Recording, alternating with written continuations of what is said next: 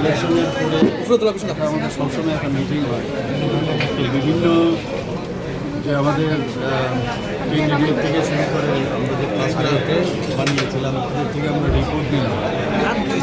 তো কেন্দ্রের কী কী রিপোর্ট, কীরকম ভোট আমরা পেতে পারি, এগুলো আমরা সবসময় আমাদের নিয়ম অনুসারে করে থাকি। এই কারণে এখন পর্যন্ত যা রিপোর্ট দিল দেখলাম যে মোটামুটি সবারই আছে আমাদের চিন্তা করছি, বাকি তো রেজাল্ট বেরোলে বোঝা যাবে।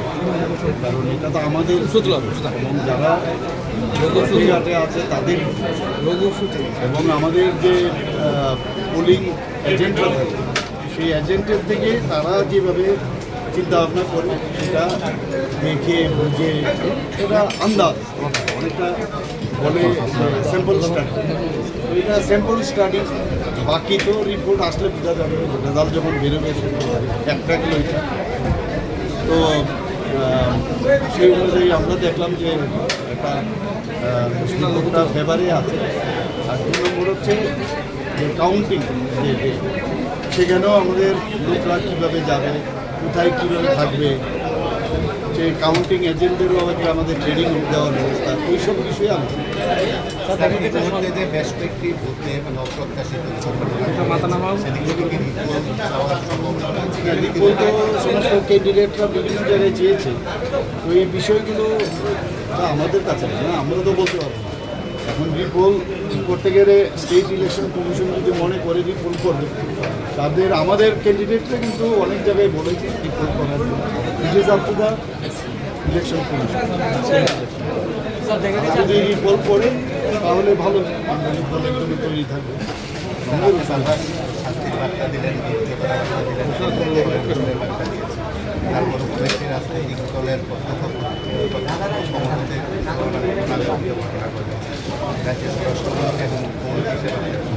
দেখুন এখন সমস্যাটা কী হচ্ছে, এটা তো এখন সরাসরি পুলিশের হাতে নেই। যখনই কোনো ইলেকশন হয় তখন সেটা সাধারণত ইমপ্লাইড হয়, বিষয়টা দেখে তখন ইলেকশন কমিশন, স্টেট ইলেকশন আমাদের মানে পুলিশ আমাদের কিন্তু এখানে মানে ইলেকশন যিনি পরিচালনা করেন ওনার মানে উত্তরটা উনি দিতে পারেন। আমরা তো খালি যা বিভিন্ন এজেন্সি আছে সেটা দেওয়ার আমরা মানে সেইভাবে আমাদের দেওয়া হয়েছে।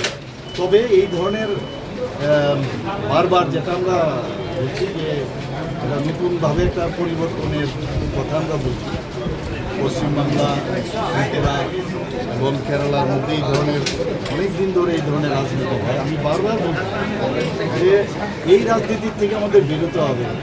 শক্তি প্রদর্শন করে, মাসুল প্রয়োগ করে, নানা রকমভাবে নিউসেন্স ক্রিয়েট করে যে রাজনীতি এতদিন ধরে চলে আসে, অনেকটা আমি বলবো না অনেকটা হ্রাস পেয়েছে। এটা আপনারা যারা সাংবাদিক বন্ধুরা আছেন আপনারাও বুঝতে পারছেন তুলনা। এবং আমি আমার মনে হচ্ছে যে হয়তোবা একটু কয়েক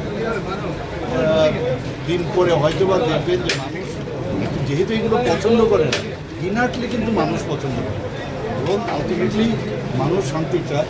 শান্তির বাতাবরণটা থাকলে ভালো, তাহলে কারণ এতে তিতিবিরক্ত মানুষ, তিতিবিরক্ত মানে তোমার বক্তব্য থাকে, তোমার বক্তব্য বক্তব্য তুমি তো বক্তব্যের বাইরে গিয়ে অনাকাঙ্ক্ষিত যেসব কথা শব্দ ব্যবহার করা বা মানে এইসব মানে আস্ফালন করা, সেটা না করলে আমি আশা করি এই সমস্ত রাজনৈতিক দলগুলোকে আবার আমি আবেদন করব শান্তির মাধ্যমে যেন সুন্দরভাবে, যেহেতু ইলেকশনটা 2-4টে ঘটনা হয়েছে সেটাও কেন হবে, একটা সুন্দর একটা বাতাবরণের মধ্যে শেষটা যেন যার শেষ ভালো তার সহজ সেটা যেন হয় আমি আবেদন করি।